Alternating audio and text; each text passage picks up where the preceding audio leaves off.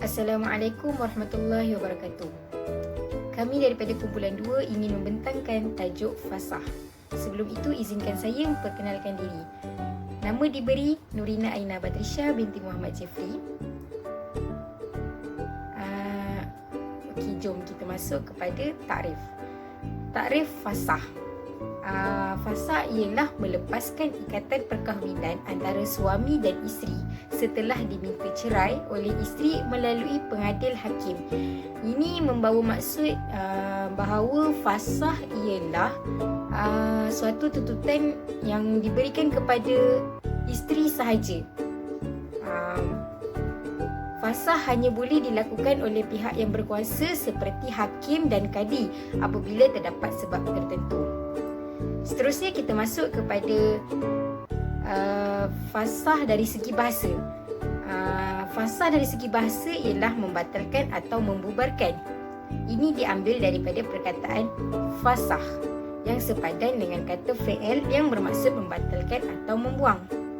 Dari segi istilah pula, fasah ialah membatalkan akad perkahwinan dan memutuskan tali perhubungan yang mengikat antara suami dan isteri yang disebabkan terdapatnya kecacatan semasa akad atau selepas akad yang menghalang sesuatu akad perkahwinan itu daripada terus berlangsung. Ini bermaksud fasah ialah sesuatu perkara yang boleh menyebabkan tali perhubungan suami isteri itu dibubarkan. Ianya adalah disebabkan kecacatan yang dialami oleh si suami ataupun si isteri semasa akad ataupun selepas akad yang menghalang sesuatu akad itu daripada berterusan berlangsung.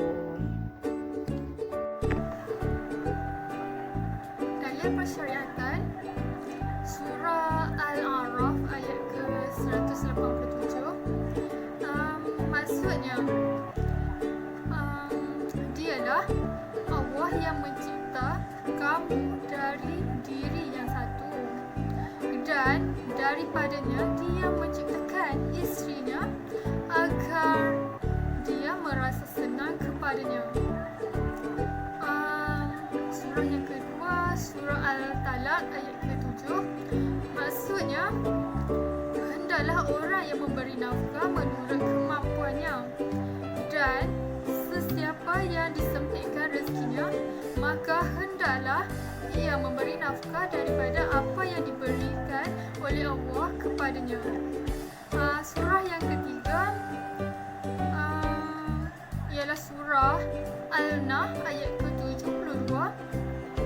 Maksudnya, Allah menjadikan bagi kamu isteri-isteri dari jenis kamu sendiri dan menjadikan bagimu isteri-isteri kamu itu anak-anak dan cucu. Bismillahirrahmanirrahim. Assalamualaikum warahmatullahi wabarakatuh dan salam sejahtera. Okey, kita masuk kepada topik kita hari ini, iaitu berkaitan dengan fasah. Tadi kawan saya dah bentangkan mengenai takrif dan dalil mengenai fasah kan. Okey, sekarang saya nak bentangkan pula mengenai pendapat ataupun pandangan mazhab terhadap fasah. Okey, sebelum itu nama saya Syafiqah binti Zakaria, diploma pengaji Islam. Okey, seperti mana yang kita semua tahu bahawanya dalam Islam terdapat empat mazhab, iaitu mazhab Syafi'i, mazhab Hambali, mazhab Hanafi dan juga mazhab Maliki. Okey, berdasarkan syarat fasah, iaitu pensyaratan bagi kecacatan yang dikenakan kepada pihak suami. Selain itu, isteri juga diharuskan untuk memfasakkan di atas kecacatan khas tersebut yang dialami oleh suami dia. Okey, so macam itulah dia punya takrif ataupun pandangan mazhab mengenai fasah. Okey, kita teruskan kepada mazhab-mazhab. Okey,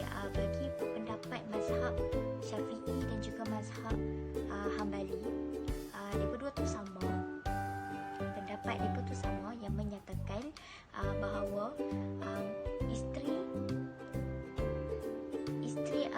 diberi kemudahan ataupun diberi keistimewaan untuk memfasakkan suami dia dari segi segala bentuk kecacatan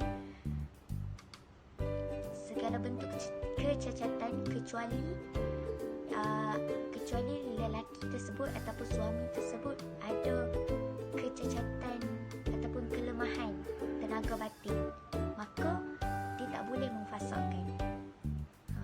Dia kalau ada sebab lain tak apa, tapi kalaulah dia ada masalah mengenai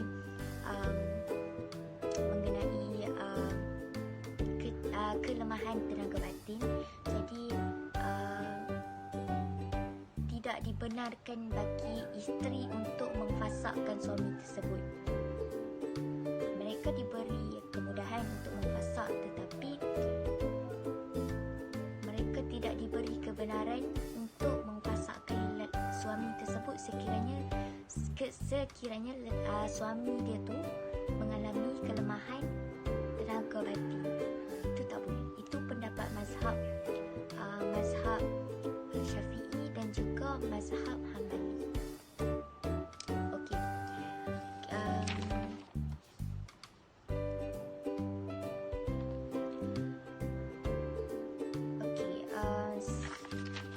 Itu tadi saya terangkan mengenai pendapat mazhab Syafi'i dan juga mazhab Hanbali.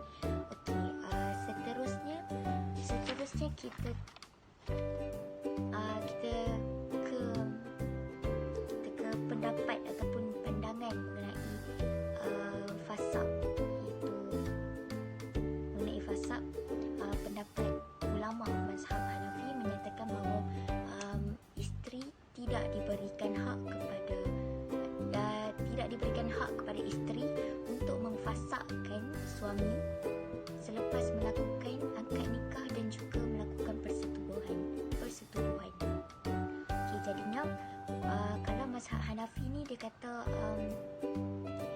isteri tak ada hak langsung untuk memfasakkan lelaki tersebut selepas lelaki tersebut angkat nikah dan membuat persetubuhan dengan wanita tersebut. Jadi tidak bolehlah memfasakkan lelaki tersebut. Okey. Bagi mazhab Maliki pula, isteri tak boleh fasakkan suami sekiranya kecacatan itu ataupun alat kelamin lelaki berlaku selepas akad nikah dan selepas bersetubuh. Jadi sama juga macam mazhab Hanafi tu. Mazhab Hanafi tak boleh selepas akad nikah dan juga selepas melakukan persetubuhan. Itu pendapat-pendapat mazhab. Syarat-syarat fasakh. Menurut pendapat mazhab Syafi'i, syarat sah fasakh ada dua perkara, iaitu tidak sah fasakh nikah jika dipersetujui oleh kedua-dua belah pihak. Contoh permohonan cerai fasakh tertakluk oleh mahkamah dan mahkamah berhak menolak sekiranya mendapati bahawa kesahihan alasan tersebut tidak terbukti. Keterangan atau bukti yang diberikan mestilah disaksikan oleh dua orang lelaki atau pengakuan bahawa kecacatan seperti mati pucuk atau dengan cara berganti-ganti sumpah. Kat sini terdapat 5 jenis keterangan undang-undang keterangan Islam, iaitu keterangan lisan, keterangan dokumen, keterangan keadaan, keterangan secara langsung, keterangan dengar cakap. Terdapat banyak kaedah pensabitan yang boleh digunakan bagi membuktikan sesuatu kes di mahkamah dalam undang-undang keterangan Islam, iaitu ikrar, pengakuan atau pengiktirafan yang khusus sebagai salah satu cara pembuktian bagi mensabitkan hak atau kepentingan orang lain ke atas dirinya sendiri atau mensabitkan sesuatu kesalahan atau tanggungan ke atas dirinya seperti pengakuan zina. Syahadah pula pemberitahuan yang bersifat benar menggunakan lafaz saksi atau aku naik saksi yang dilakukan dalam majlis kehakiman atau mahkamah yang diberikan bagi kepentingan orang lain ke atas orang lain. Sumpah, suatu perkataan yang disertakan dengan nama Allah digunakan untuk menyatakan kesungguhan terhadap sesuatu perkara yang tidak akan sabit tanpa sumpah. Assalamualaikum warahmatullahi wabarakatuh. Saya Siti Aisyah binti Ahmad di 16309177. Saya akan menerangkan sebab fasah. Sebab yang merosakkan fasah ada dua. Yang pertama, isteri termasuk dalam golongan yang haram dikahwini, sama ada sebab keturunan, susuan atau persemendaan. Selain itu juga, bekas isteri dalam tempoh iddah talak suami yang pertamanya. Maksudnya isteri ni dia masih dalam tempoh iddah dengan suaminya yang terdahulu. Okey, maksudnya perkahwinan itu menjadi tidak sah kerana isteri masih dalam tempoh iddah. Sebab yang kedua, pernikahan yang dilakukan semasa belum baligh dan apabila sudah baligh baru boleh minta untuk difasahkan. Maksudnya time kahwin tu isteri masih lagi kanak-kanak, masih belum baligh. Maksudnya kena tunggu dewasa. Selepas dewasa, isteri tersebut boleh untuk memfasahkan. Okey. Sebab yang mendatang selepas akad.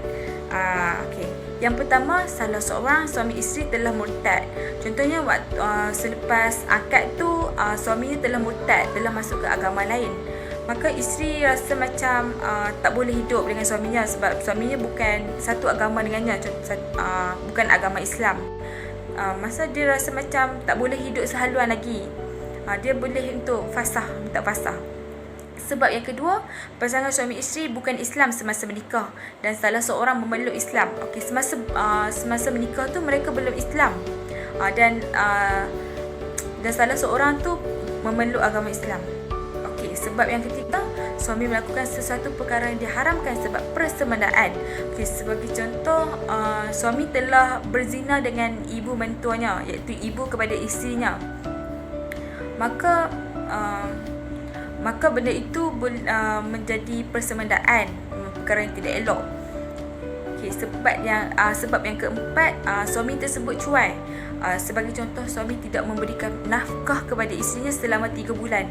Okey, jika suami tidak bagi nafkah selama 3 bulan, isteri boleh fasah. Okey. Sebab yang kelima adalah suami telah dihukum penjara selama 3 tahun.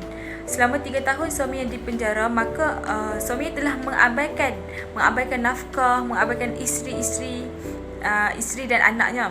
Maksudnya kat sini, selama tempoh 3 tahun tu ialah masa yang agak panjang.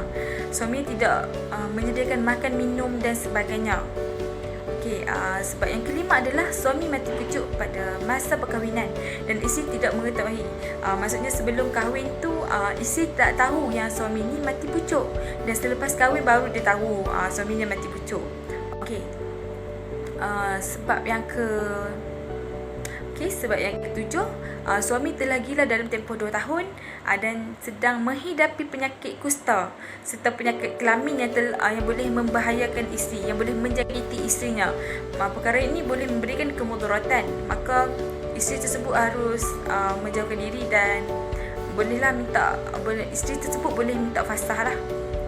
Sebab yang ke-8, suami dan isteri menganiayai pasangannya. Sebagai contoh, suami tidak memberi nafkah, suami kaki pukul, suami telah memukul isterinya, melakukan penganiayaan ke atas isterinya.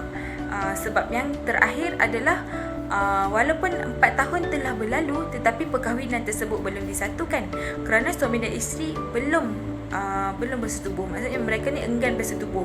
Jika 4 bulan belum bersetubuh, maka perkahwinan tersebut akan boleh difasahkan. Okey, Sekian, terima kasih. Okay, Assalamualaikum warahmatullahi wabarakatuh. Nama saya Ibu Syafina Abdul Rahman.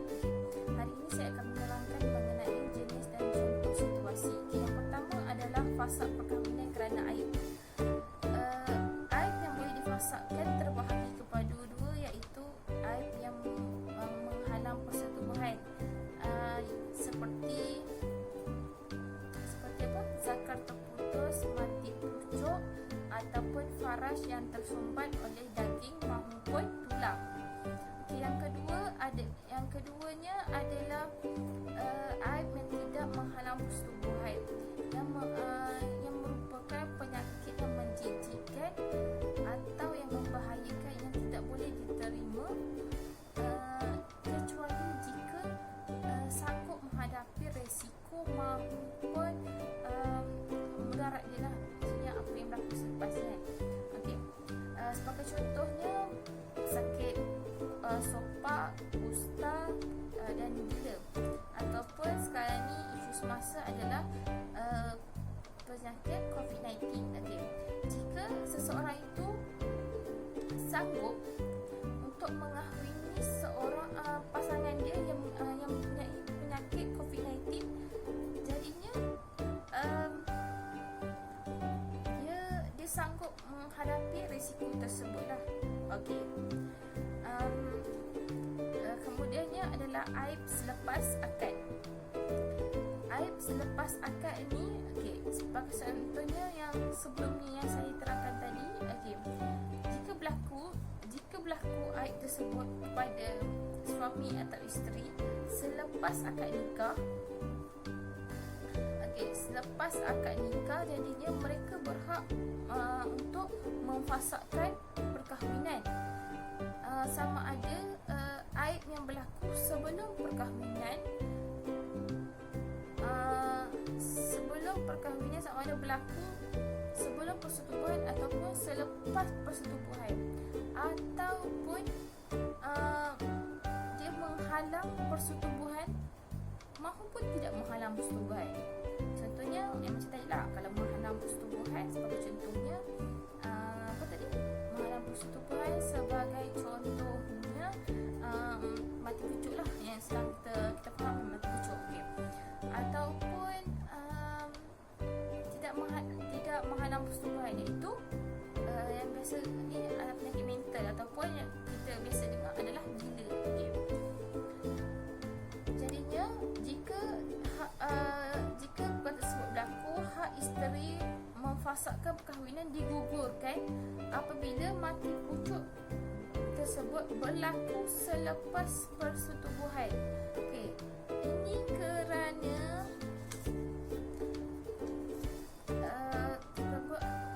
gugur jika berlaku selepas persetubuhan. Ini kerana disebabkan oleh persetubuhan telah disempurnakan sebelum aib tersebut berlaku. Okey. Yang seterusnya adalah aib yang boleh dirawat. Okey. Aib yang boleh dirawat sebagai contohnya, saya bagi nama Aminah lah. Okay. Aminah tersebut dia mengalami masalah faras tersumbat, lalu suami dia Ali lah sebagainya. Okay. Lalunya Ali ni dia nak buat pemudahan lah kepada untuk masalah Aminah ni, dan Aminah pun setuju dengan apa yang disuarakan oleh si Ali ni kan. Maka si Ali ni tidak berhak untuk memfasakkan perkahwinan tersebut kerana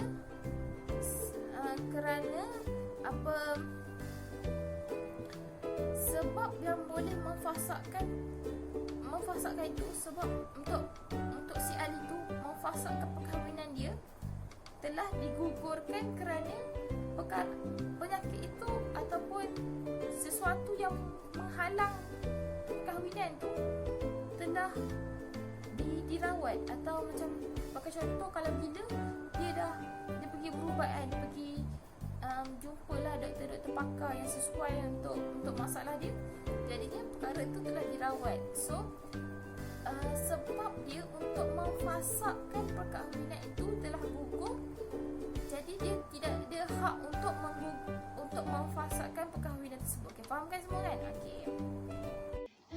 Assalamualaikum warahmatullahi wabarakatuh. Nama saya Siti Ummul Umairah binti Muhammad Tarmizi daripada Kumpulan 2 bertajuk Fasakh. Saya akan sambung dengan aplikasi di Malaysia. Aplikasi di Malaysia saya petik daripada Metro Harian daripada Amirul Aiman Hamsuddin. Suami menghilang isteri tuntut fasakh. Okey, bagi suami menghilang isteri tuntut fasakh ni kita tahu ia adalah membatalkan perkahwinan ataupun nak dikatakan manfaat dia bagi peluang lah dekat isteri untuk memulakan hidup baru.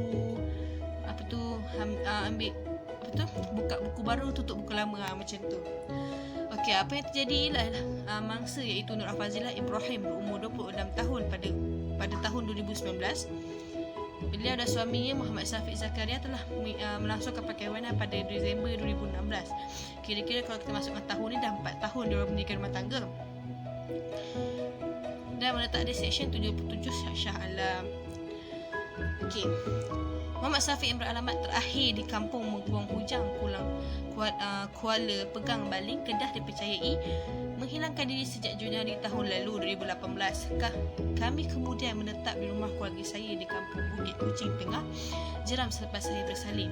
Ketika isteri dia berpantang, apa yang dalam kes aplikasi Malaysia ni, ketika isteri dia berpantang, suami dia menghilangkan diri. Tak tahu kabar berita, tak tahu sihat ke tidak, tak tahu hidup ke tidak. Dalam kes ni, Puan Nur Afazilah menunggu selama setahun tanpa suami, tanpa nafkah. So, dia yang jaga anak dia, semua tu kan nafkah dia yang balik bagi sendiri kat anak dia. So, dalam kes ni, dia diharuskan untuk memfailkan fasakh bertujuan untuk dia dia berhak lah untuk fasakh tu kan, untuk dia memulakan hidup baru. Jadi apabila dia nak membentangkan, mahkamah nak bentangkan kes, suami dia tak dapat hadir sebabkan suami tak dapat dikontak, tak dapat dicari bagi sebab suami dia hilang. Kita tak tahu suami dia sama ada hidup ke tidak. Itu masalah yang dihadapi oleh Puan Nur Afazilah dalam aplikasi Malaysia.